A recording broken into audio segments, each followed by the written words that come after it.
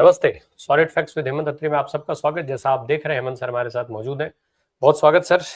Finally होते हवाते cease fire की नौबत आ ही गई। अब जैसे भी आई हो, कैसे आई, एक तो हम यही आपसे समझना चाहेंगे, क्यों आई ये भी समझना चाहेंगे, कब तक चलेगी ये भी समझना चाहेंगे। ये सबसे स्पेसिफिक सवाल है। क्यों, ये हम नहीं कह रहे, ये ट्रंप साहब के सबसे करीबी रहे आदमी, जिसने अभी इस्तीफा दिया था, ट्रंप साहब की इसी उल जुलूल और इसी हरकत की वजह से, करतूत की वजह से, जो इनके एंटी टेररिस्ट के मुखिया जो केंट, उनका एक स्टेटमेंट आया है जिसमें बहुत गंभीर बात उन्होंने कही है। मैं पहले वो सुनवा देता हूं, फिर आता हूं। सुनाइए जरा जो केंट का बयान।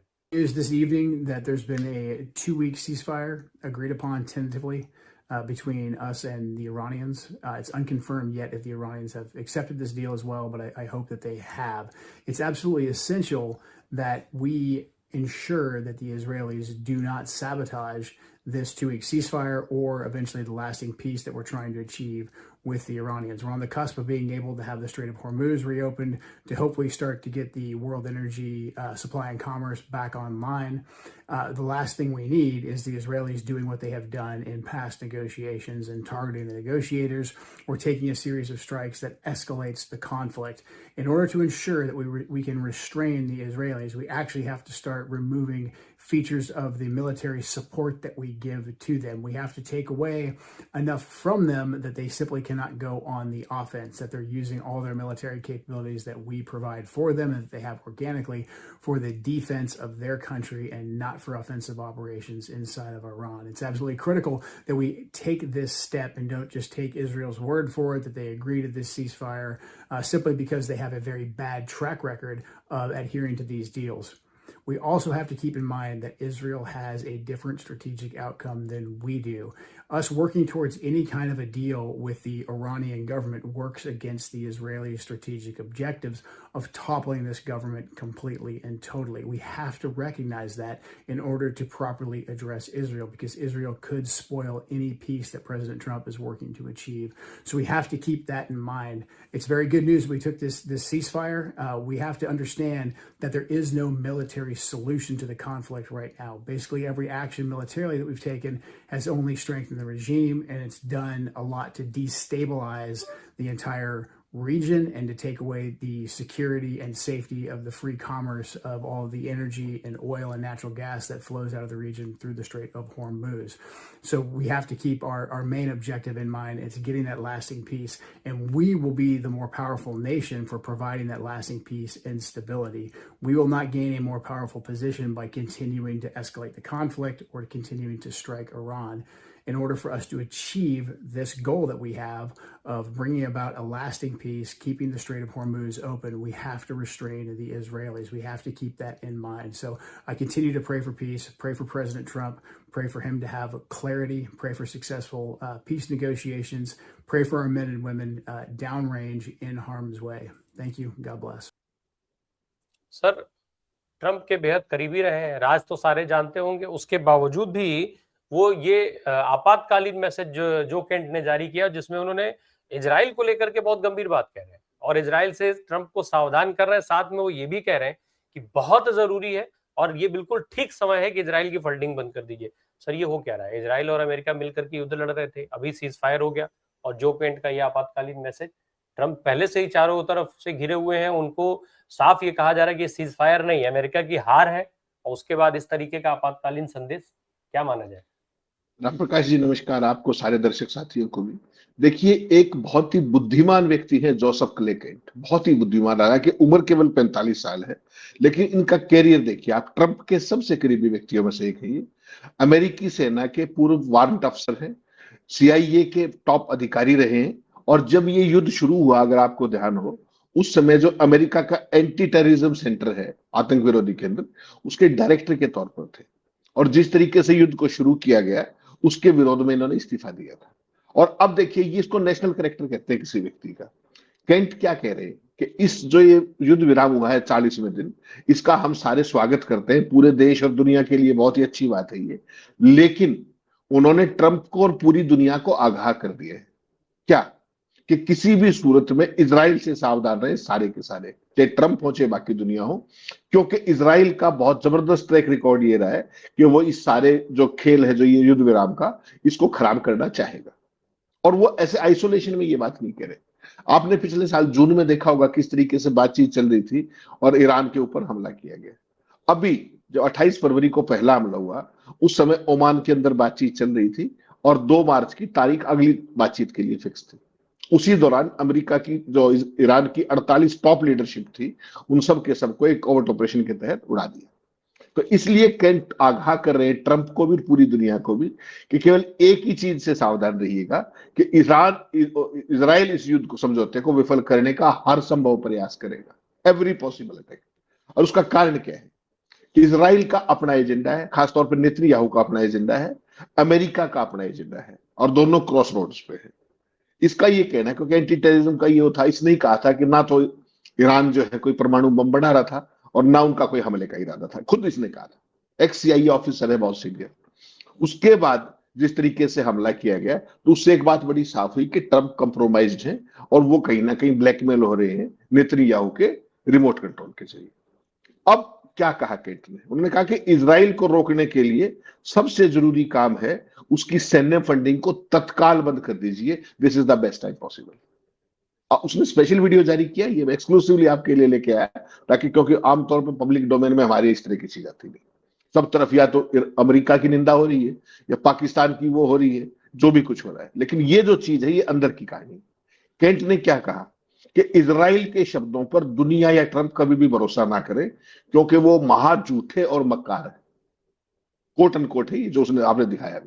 इजराइल को अपने इशारों पर नचाने से अमेरिका की साख को गंभीर नुकसान पहुंचे है, और उन्होंने उम्मीद की है कि इस नापाक ग्रेटर इजराइल परियोजना से खुद को इजराइल भी अलग कर ले, और अगर वो ना करे तो अमेरिका खुद को इजराइल से अलग कर ले। कितनी सेन एक सलाह दी है उन्होंने।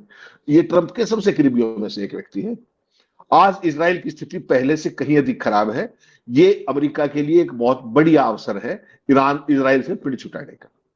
केंट ने चेतावनी दी कि इजराइल जानबूझकर ईरान के साथ हुए युद्ध विराम का उल्लंघन करेगा। ये चेतावनी है पूरी दुनिया के लिए। उन्होंने मांग की कि वाशिंगटन तेल अवीव को दी जा रही आक्रामक सैन्य सहायता तुरंत बंद करे, इससे पहले कि वो और बड़े व्यापक संघर्ष को जन्म दे दे और अमेरिका मुंह दिखाने लायक ना बचे। आखिरी वाक्य उन्होंने कहा कि अमेरिका को नेतन्याहू का जो जायनी शासन है, इस पर लगाम लगाने की कोशिश करनी चाहिए और लगाम लगा देनी चाहिए। इससे बेहतर अवसर नहीं आएगा। तो ये राम प्रकाश जी, जो पूरी दुनिया के अंदर जो सो कॉल्ड सेलिब्रेशन चल रहा है, ईरान के अंदर तो स्वाभाविक है चलना ही है, वैसी सूरत में एक बहुत ही सिंसियर एडवाइस मैं कहूंगा, और पूरी दुनिया को इस पर ध्यान देना चाहिए कि इजराइल का जो पूरे का पूरा ट्रैक रिकॉर्ड है वो यही है। और जिस तरीके से अब ये युद्ध विराम हुआ, उसके बाद नेतन्याहू अपने देश में भी मुंह दिखाने लायक नहीं बचे। जबरदस्त किस्म का विरोध हो रहा है उनका। और वो जो ट्वीट भेजा है मैंने, वो भी दिखा दीजिएगा ताकि क्लियर रहे। मैंने उनका जो विपक्ष का नेता है, इजराइल के प्रमुख विपक्षी नेता लेपिड, उसने लिखा है, और ये हिब्रू में है लेकिन मैं उसका हिंदी तर्जुमा बता देता हूं। विपक्ष का नेता कहता, आप ध्यान रखिएगा कि 28 अक्टूबर से पहले वहां चुनाव है, ठीक, संसद का। क्या कहता है विपक्ष का नेता? हमारे पूरे इतिहास में ऐसी राजनीतिक आपदा कभी नहीं आई। जब हमारी राष्ट्रीय सुरक्षा के मूल मुद्दों से जुड़े फैसले लिए गए, तब इजराइल की कोई भूमिका ही नहीं थी। यानी कि जो ये सारी चर्चा हो रही थी युद्ध विराम की, युद्ध को लेकर के सारी चीज, इसमें ईरान कहीं नहीं था। सेना ने आपके सभी निर्देशों का पालन किया, जनता ने अद्भुत और अद्वितीय धैर्य दिखाया, लेकिन नेतन्याहू राजनीतिक और रणनीतिक दोनों ही तरह से विफल रहे और अपने द्वारा निर्धारित एक भी लक्ष्य को पूरा नहीं कर पाए। ये विपक्ष का नेता कह रहा है। ये वही विपक्ष का नेता है जब प्रधानमंत्री जी डंका बजाने गए थे ना वहां मेडल पैच तोड़ने के लिए, तब जो उन्होंने वॉकआउट किया था, याद रखिएगा, ये वही व्यक्ति जो नेतन्याहू को एक्सपोज कर रहा है। फिर कहता है नेतन्याहू ने अपने अहंकार, लापरवाही और रणनीतिक योजना की कमी के कारण जो राजनीतिक और रणनीतिक क्षति इजराइल को पहुंचाई है, उसे ठीक करने में हमें दशकों लग जाएंगे। यानी कि इजराइल स्टैंड्स ट्रूली एक्सपोज्ड, चाहे वो जो कैंट एक्सपोज कर रहे हो और चाहे वहां का जो खुद का विपक्ष का नेता है, जो मेन चैलेंजर है कहीं ना कहीं नेतन्याहू का, वो भी उसको day in and day out, बिल्कुल जैसे ही आया अपना क्या नाम युद्ध विराम की बात, उसने इमीडिएटली ट्वीट करके पूरे देश को एक मैसेज दे दिया। और आपको पता है इजराइल की जनता में किस तरीके का रोष है, जिन परिस्थितियों में वो जी रहे हैं, जो पूरे का पूरा रोल रहा, वो अपने आप में एक बहुत बड़ी सीख है किसी भी रक्त पिपासु नेता के लिए या ऐसे देश के लिए, खासतौर पर इजराइल जैसा देश। अब सर, जब ट्रंप साहब चारों तरफ से घिरे हुए हैं लगातार, और उसके बाद इजराइल का इस तरीके का संदेश, इस तरीके का इजराइल को लेकर के जो केंट का खुलासा, क्या इजराइल बुरी तरीके से फंस चुका है? क्योंकि ट्रंप ने अपने निकलने का रास्ता तलाश लिया, लेकिन इजराइल को वो फंसा गए। अब एक एक सवाल यहाँ और खड़ा होता है सर इस सीज फायर को लेकर के, कि अगर ये सीज फायर इजराइल तोड़ता है तो क्या अमेरिका फिर इनके साथ खड़ा होगा? और अगर अमेरिका इनके साथ खड़ा नहीं होगा तो क्या नेतन्याहू हिम्मत जुटा सकता है सीज फायर को तोड़ने की? क्योंकि तब ईरान इजराइल को छोड़ेगा क्या? रामप्रकाश जी, एक चीज आपको देखनी पड़ेगी, इन दोनों की जो जुगलबंदी चलती है ना, ट्रंप की और नेतन्याहू की, इसको आप पिछले साल जून से देखिए। जब जो कुछ ये बोलते हैं ठीक उससे उल्टा करते हैं। एक तरफ बातचीत कर रहे होते, पीछे षड्यंत्र कर रहे होते लोगों को मार देने का। और किन लोगों को मारते हैं? जो उस बातचीत में डायरेक्टली या इनडायरेक्टली इन्वॉल्व होते हैं। इन दोनों का कैरेक्टर एक है। सवाल क्या है रामप्रकाश जी, आज की तारीख में ट्रंप कंप्लीटली कंप्रोमाइज्ड है, इसमें कहीं कोई शक दुनिया के अंदर बचा नहीं। और वो कंप्रोमाइज किस चीज से है, वो मुझे आपको बताने की जरूरत नहीं, वो एप्स्टीन से कंप्रोमाइज्ड है। उसका कंप्लीट रिमोट, हम पहले दिन से 28 फरवरी से ही कह रहे हैं कि जैसे नेतन्याहू चाहेगा वैसे करेगा। अब आप परिस्थिति देखिए कि ये जो आज आप देख रहे हो कि 40वें दिन जब वो कह रहा था कि ईरान की सभ्यता आज रात के बाद नहीं बचेगी, ट्रंप ने कहा ये इतिहास में, समकालीन इतिहास में ऐसा जलालत भरा, ऐसा अमानवीय बयान आपने ना देखा होगा ना सुना होगा, ना कोई स्थिर बुद्धि वाला व्यक्ति वो बयान दे सकता है। उसके बावजूद उसने बयान दिया और कुछ घंटों के बाद वो सीज फायर। तो ये एक तरीके की प्रेशर बिल्डिंग थी। 4 दिन पहले वो ईस्टर संडे के दिन गाली गलौज कर रहा था एक देश के नाते ईरान के साथ। आपको इस पूरे बैकड्रॉप को देखना पड़ेगा कि ये परिस्थिति बनी कैसे। हकीकत क्या है रामप्रकाश जी, कि इजराइल का तो करेक्टर क्या है वो सारी दुनिया ने देख लिया। उसका करेक्टर केवल एक है कि उसको दुनिया के अंदर जहर फैलाना है एट एवरी कॉस्ट। सारा ये हुआ, मुश्किल से हटा 40वें दिन, सांस नहीं आ रहा इजराइल को, जो परिस्थिति देश की है।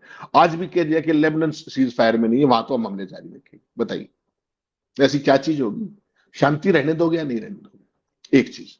दूसरा, ट्रंप को जिस बुरे तरीके से एक्सपोज इजराइल ने कराया है, वो भी अमेरिका के लिए भूतपूर्व भविष्य पे है। पहली बार ईरान ने यह दिखा दिया कि दुनिया में है कोई मर्द जो अमेरिका जैसी और इजराइल जैसी शक्ति, जो आतंकी शक्ति कहूंगा मैं उनको कोई पॉजिटिव सेंस में आप नहीं ले सकते, वैसी आतंकी शक्ति को कोई इतने लंबे समय तक सीना तान करके चुनौती दे सकता है।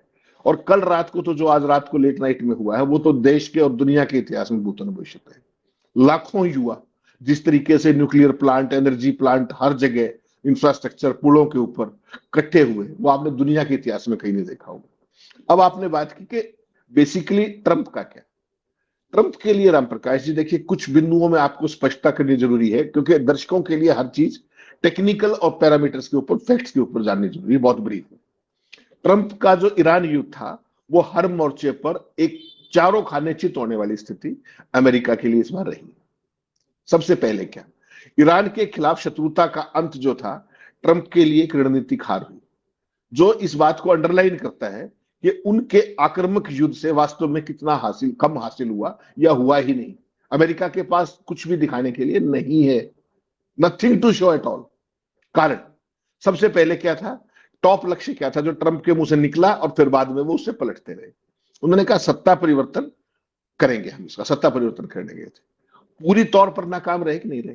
पूरी तौर पर। आपने लीडरशिप मार दी, खामनेई साहब को मार दिया, पूरी फर्स्ट लाइन लीडरशिप मार दी, लेकिन क्या सत्ता वो क्या रिजिम चेंज कर पाए? नहीं, नेतृत्व परिवर्तन नहीं कर पाए। कारण इसकी बजाय ईरानी शासन की सत्ता पर पकड़ को और मजबूत कर दिया इस युद्ध ने, जो आपने पूरे देश में कल देखा। जो देश इतने बुरे तरीके से लड़ रहा था आपस में मोसाद और सीआईए के खेल के कारण, वो देश किस जबरदस्त एकजुटता के साथ खड़ा हुआ, जिससे इस सरकार को तो नई ऊर्जा मिली, पूरा ईरान एकजुट हो गया अमेरिका और इजराइल के खिलाफ। कितनी बड़ी चीज है ये। जो ईरान अगर ये बीच में ना उछल कूद करते, हमला ना करते, तो एक परिस्थिति थी कि कहीं वो रिजीम चेंज जनता ना कर दे, जैसे बांग्लादेश में हुआ था, जो नेपाल में हुआ था। हो गया उल्टा कि वही जो रिजीम था वो बहुत ज्यादा मजबूत हो गया। अगली बात चलिए, आप जो सबसे बड़ा स्ट्रेटेजिक ऑब्जेक्टिव था, हार्मुज। हार्मुज युद्ध से पहले खुला हुआ था, सब कुछ नियमित चल रहा था, कहीं कोई समस्या नहीं थी। ईरानी समन्वय के तहत सब कुछ वो था। आज की तारीख में क्या है कि आपने इस्टेब्लिश कर दिया कि हार्मुज ईरान का और ओमान का है। युद्ध से पहले तो ऐसा नहीं था। इससे ज्यादा ओमान को क्या चाहिए? ट्रंप ने जिस बात को बिना शर्त दोबारा खोलने की मांग की थी, उसकी बजाय तेहरान के अधिकार के लिए उसको सहमत होना पड़ा कि नहीं होना पड़ा? और अब क्या कह रहा है बड़ी बेशर्मी के साथ, आज का ट्वीट देखा होगा आपने, कि वो उसके अंदर जो भी टोल वगैरह कलेक्ट करेंगे उससे देश का रिबिल्डिंग जल्दी शुरू करें। ट्रंप की तो, उनकी ईरान की तो बल्ले बल्ले होगी। हार्मुज के ऊपर नियंत्रण स्टेब्लिश हो गया इस बातचीत के जरिए, नंबर एक। नंबर दो, अरबों खरबों रुपया जो अभी तक फ्री था वो कहां से वसूलेंगे? हार्मुज के जरिए जो जाने वाले जो जहाज। और सर एक सवाल मैं इसमें जोड़ दूं, जो 10 बिंदु ईरान ने दिए थे समझौते के लिए, सीज फायर के लिए, वो सारे पॉइंट तो स्वीकार किए गए हैं? ये भी लगे हाथ जरा उसको उसमें जोड़ के एक्सप्लेन कर दीजिएगा सर प्लीज। नहीं, मैं उसी में आ रहा हूँ सारा का। ईरान ने क्या क्या पाया और अमेरिका ने क्या क्या खोया, तो वो सारे का सारा एक तरतीब वाइज। तीसरी चीज क्या है कि युद्ध की जो अंतरराष्ट्रीय लागत हुई वो अमेरिका के लिए देखिए, अमेरिका के खरबों रुपए खर्च हुए, इसराइल के खरबों खर्च हुए, अमेरिका के जितने एलाई थे उनकी हालत देख लीजिए आज, मेनली यूरोप और नाटो, कितने खरबों रुपए का उनको नुकसान हुआ जिस तरीके से कीमतें बढ़ी और सारी चीजें हुई। तो बेसिकली इस युद्ध की जो लागत है राम प्रकाश जी, वो बहुत लॉन्ग टर्म तक महसूस की जाएगी। और खाड़ी और ऊर्जा में जो एनर्जी का जो पूरा इंफ्रास्ट्रक्चर था उसको जो नुकसान हुआ है वो लंबे समय तक भी महसूस होगा। अकेले ईरान के अंदर थोड़ी नुकसान हुआ है, नुकसान तो आपने जितनी भी एनर्जी फैसिलिटी देखी है, चाहे वो कतर के अंदर हो चाहे बहरीन के अंदर हो, हर जगह नुकसान हुआ है। तो ये युद्ध संभवतः दशकों तक सबसे अधिक आर्थिक रूप से विनाशकारी साबित होता रहेगा। अभी कुछ भी नहीं हुआ, अभी तो आपको इसके फॉलोआउट्स दिखेंगे किस तरीके से। कतर की एक उसको 5 साल लगेंगे, उसको जो अपने एलपीजी का वो था पूरे का पूरा टर्मिनल, जिसको नुकसान कर दिया। तो इससे अगली बात जो है कि अमेरिका के भू राजनीतिक अलगाव की बहुत बड़ी गहराई की जिसको कहते हैं, वो एक पूरी परिस्थिति बन गई। नाटो सहयोगियों का आपने हाल देख लिया, ऑस्ट्रेलिया का देख लिया, जापान का देख लिया, दक्षिण कोरिया का देख लिया। सारे साझेदारों की ट्रंप के प्रति सार्वजनिक निराशा और अंतरराष्ट्रीय कानून में आधारहीन युद्ध, उसके कारण ये परिस्थिति बनी। तो ये तो अमेरिका को और सारी दुनिया को भी देखनी पड़ेगी ना किस तरह का आदमी। तो पूरी कोऑर्डिनेशन की कमी, कॉन्फिडेंस की कमी कहीं ना कहीं। तो अमेरिका बिल्कुल आइसोलेट हो गया। खाड़ी और अब देशों की जितनी भी सारी नुकसान हुआ है, चाहे वो इंफ्रास्ट्रक्चर का हुआ चाहे वैसे हुआ, प्रतिष्ठा और भी ज्यादा नुकसान हुआ अमेरिका की। कि देखिए ये आए थे यहाँ पर बेस बना करके सुरक्षा करने के लिए, अपने बेस छोड़ करके होटलों में रुके हुए। तो अमेरिका की जो सेना की भी प्रतिष्ठा थी उसका भी बेड़ा गर्क कर दिया। अब बात करिए फाइनली जिस बात पे आप आएंगे कि ट्रंप की जो विश्वसनीयता है उसको कहीं का नहीं छोड़ा, अमेरिका की जो क्रेडिबिलिटी थी उसका कहीं नहीं छोड़ा। अब ये जो आपने कहा कि ईरान के 10 ब्रॉड लाइट, ईरान के पास खोने के लिए कुछ नहीं था, इसलिए उसके 10 के 10 पॉइंट माने गए। वो मैंने भेजा है स्क्रीनशॉट, वो दिखा दीजिएगा, हर चीज उनकी मानी गई। क्यों? क्योंकि इस समय सरेंडर ट्रंप को करना ही था। जिस तरीके की परिस्थितियां हुई है राम प्रकाश जी, मध्यावधि चुनाव है नवंबर में, मैं आपको पहले दिन से कह रहा हूं जिस दिन 28 फरवरी को ये शुरू हुआ था, कि इसकी बियरिंग आपको वहां दिखाई देगी नवंबर के अंदर, जब रिपब्लिकन्स का जो हार होगा। मतलब उससे ठीक पहले एक इतने महत्वपूर्ण मोड़ पर ट्रंप का जो घरेलू राजनीतिक आधार था उसको बहुत ब्रॉड तरीके से वर्टिकली डिवाइड कर दिया, खासतौर पर मागा सपोर्ट बेस जो था। तो ये जो ऐसा युद्ध था जिसने अमेरिका को कमजोर नहीं किया, केवल ये मत सोचिएगा कमजोर किया, उसकी कमजोरियों को एक्सपोज भी कर दिया कंप्लीटली कि ये कमजोरियां हैं, ये फॉल्ट लाइन्स है। और ईरान तो जुड़ता चला गया और अमेरिका बढ़ता चला गया, जबकि ईरान सफरर था और अमेरिका हमलावर था। ईरान की अस्तित्व की लड़ाई थी, अमेरिका की चॉइस की लड़ाई थी। फर्क देखिएगा। और उस हर चीज के बावजूद भी अमेरिका रिसीविंग एंड पे है और वो जीतने वाली स्थिति में है। ईरान का जो धर्मतंत्र था शासन, वो न केवल बच गया बल्कि ट्रंप के हाथ में केवल तबाही तबाही का तोहफा दे दिया उसने इस पूरे खेल के अंदर। ईरान ने क्या खोया? ईरान तो आज दुनिया के सामने सबसे बड़े करैक्टरवान देश के तौर पर, सबसे बोल्ड देश के तौर पर, कि जो 47 साल से इतने बुरे तरीके से फंसा हुआ था, उसने अमेरिका और इजराइल दोनों को एक साथ ना कुचले चलवाए। ये कोई छोटी चीज नहीं। और ईरान ने जो किया वो असाधारण है, अद्वितीय है। समकालीन इतिहास में आप मुझे एक एग्जांपल बता दीजिए कि कोई देश अमेरिका के सामने 40 दिन टिका हो, और टिका नहीं हो। अमेरिका को खून के आंसू रुला दिए। आपने देखा ना, 5,000 मेरीन्स भेजे थे, 1,500 मेरीन कल रात को निकालने पड़े अमेरिका को वहां से, त्रिपोली से। क्यों? क्या हो गया था? आप तो बहुत बड़े दादा हो दुनिया के, क्या कह रहे थे आप? ये ईरान के पास तो ना तो कोई नेवी बची, ना एयर डिफेंस बची, ना एयर फोर्स बची, ना ग्राउंड फोर्स बची, फिर सैनिकों को तो होटल में ठहरा रहे हो। कभी अमेरिकी सेना का आपने ये हाल देखा है कि बेस छोड़ करके होटलों में सैनिक छुपते फिर रहे हो? कारण समझिएगा क्या है। अब सर ये जो परिस्थिति है, जिस तरीके से ये सीज फायर हुआ है और ट्रंप को लेकर के जो सवाल उठ रहे हैं उसको आपने बताया। ईरान में जश्न चल रहा है, ईरान में चारों तरफ जीत का जश्न मनाया जा रहा है और वो हम फुटेज लगातार देख रहे हैं, खबरें लगातार देख रहे हैं जिस तरीके से आ रही है। नेतन्याहू को लेकर के जो खबर है वो कितनी गंभीर मानी जाए? खबर तो इजराइल से ये आ रही है कि भाई नेतन्याहू पूरी तरीके से फंस चुके हैं, वो अपने घर में ही फंसे हुए हैं। अब उनके पास ना इधर जाने वाली स्थिति है ना उधर जाने वाली स्थिति है। क्या माना जाए, उनको कुछ हासिल नहीं हुआ इजराइल को? राम प्रकाश जी, आप हासिल होने की बात छोड़िए, जो कह रहे हैं, केवल सावधान उस बात से रहिए कि वो व्यक्ति खाली बैठने वाला नहीं है।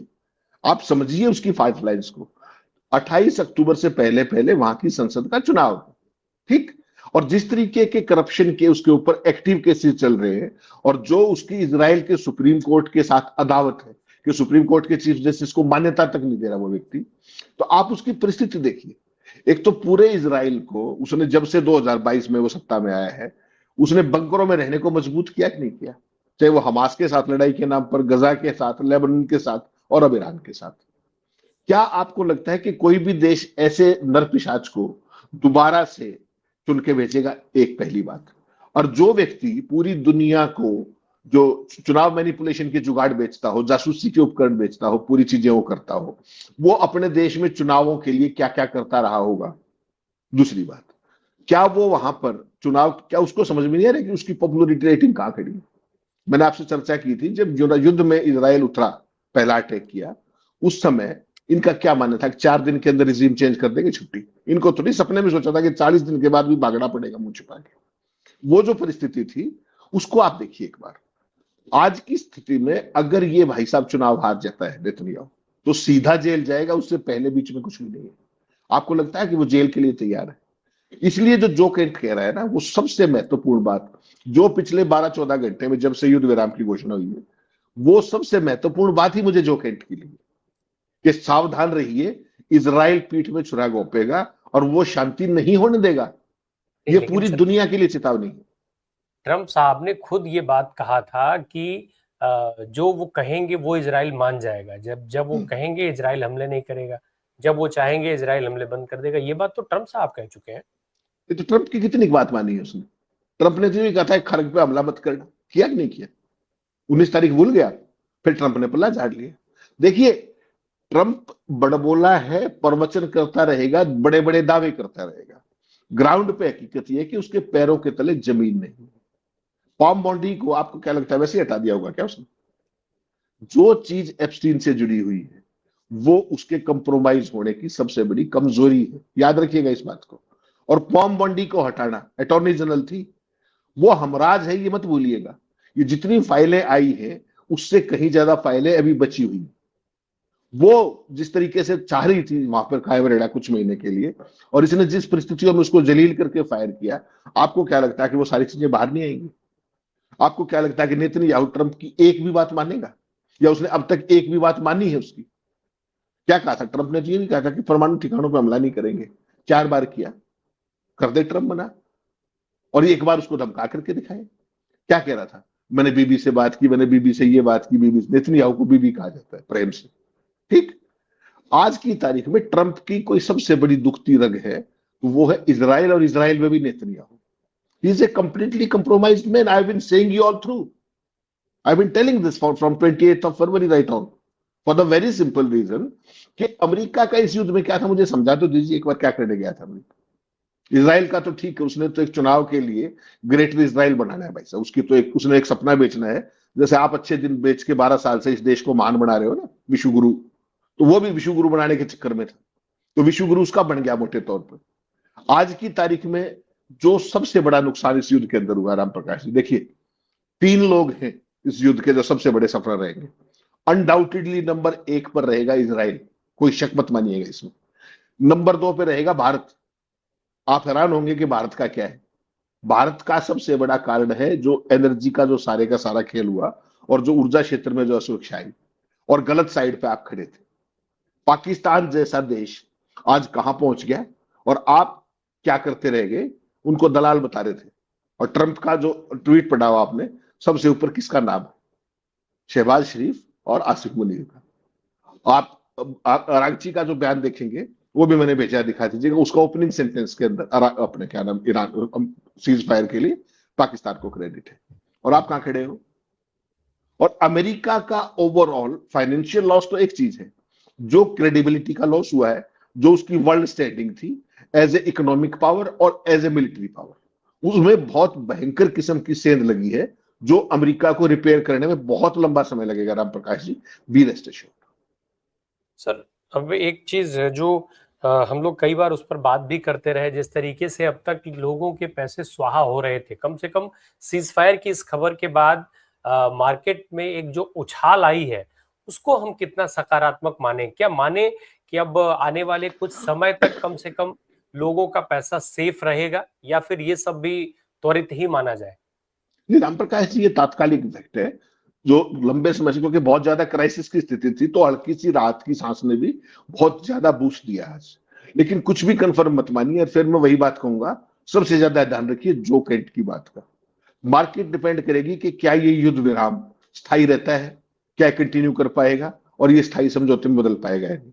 मान लीजिए ये सारी परिस्थिति है, और जो आज चली थी कि पूरे मिडिल ईस्ट के अंदर जो अपने गल्फ कंट्री जीसीसी के देश है, उनमें कई में आज सुबह सुबह सायरन बजने लग गए और मिसाइलों की चेतावनी जारी हुई। तो आप ये मान करके चलिएगा कि इसको स्पॉइल करने के लिए इजराइल कुछ भी कर सकता है। 15 दिन का कहने को ये है, 2 हफ्ते का। लेकिन अगर बीच में एक दो भी मिसाइल जो करता है ईरान, अपना इजराइल का डर्टी ट्रिक्स डिपार्टमेंट, मोसाद जिस काम के लिए कुख्यात है, कोई बड़ी हत्या करवा दे या बड़ा कोई इस तरह का खेल करवा दे, तो फिर जो ये आपको दिख रहा है पॉजिटिविटी, इसको वापस पलटने में भी 1 मिनट का भी समय नहीं लगेगा। क्योंकि बड़ा क्रूशियल सा समय था ये। पूरी दुनिया लहूलुहान थी कि ये हो क्या गया है आर्थिक तौर पर। तो जैसे ही ये 2 हफ्ते की बात आई तो नेचुरली मार्केट को रिएक्ट करना ही था। वैसी सूरत में इजराइल क्या षड्यंत्र करता है, क्या ये जो संघर्ष विराम है ये स्थायी रहता है या नहीं, इस पर बहुत कुछ डिपेंड करेगा राम प्रकाश जी। चाहे वो आर्थिक मार्केट हो या अदरवाइज वर्ल्ड का इकोनॉमिक सेंटिमेंट हो, क्रूड ऑयल के प्राइसेस हो, everything is related with this. तो ये देखना पड़ेगा कि इसका जो क्या नाम है, अपना जो प्रोग्रेस है वो कैसे होती है सीज फायर की। क्योंकि ट्रंप भी बेहुदा नंबर 1 है, वो कुछ भी बोल देता है किसी भी पल में, at the spurt of a moment, कभी ये कभी वो। सिविलाइजेशन को खत्म करने से नीचे तो उसके पास शब्द ही नहीं। एक देश को गाली देने के अलावा तो उसके पास शब्द ही नहीं, और वो इस सारी चीज को रिलीज करता है। ऐसा ही लेते नहीं आऊंगा। तो इन लोगों पर आप कितना भरोसा कर सकते हैं? ये तो तब करेगा कि जब एक बार ये बातें ठीक दिशा में पहुंचकर किसी मुकाम तक जाए। अब सीज फायर को फिलहाल हमारे देश के विदेश मंत्रालय ने भी एंडोर्स कर दिया है, स्वागत कर दिया है उसका। कम से कम पहला बयान आ गया है जयशंकर साहब की तरफ से कि हम पहले से ही इस चीज के पक्षधर थे और पश्चिम एशिया में शांति चाहते थे, इत्यादि इत्यादि इत्यादि। और कदम, ट्रंप साहब के कदम का स्वागत उन्होंने कर दिया है। सवाल, हालांकि मैं ये पूछूंगा नहीं, लेकिन मेरे मन में एक सवाल है कि क्या जयशंकर साहब आपके पास कोई और विकल्प था स्वागत न करने के अलावा? बहुत बहुत धन्यवाद सर हमसे इस पूरे मामले पर विस्तार पूर्वक बात करने के लिए। Thank you so much.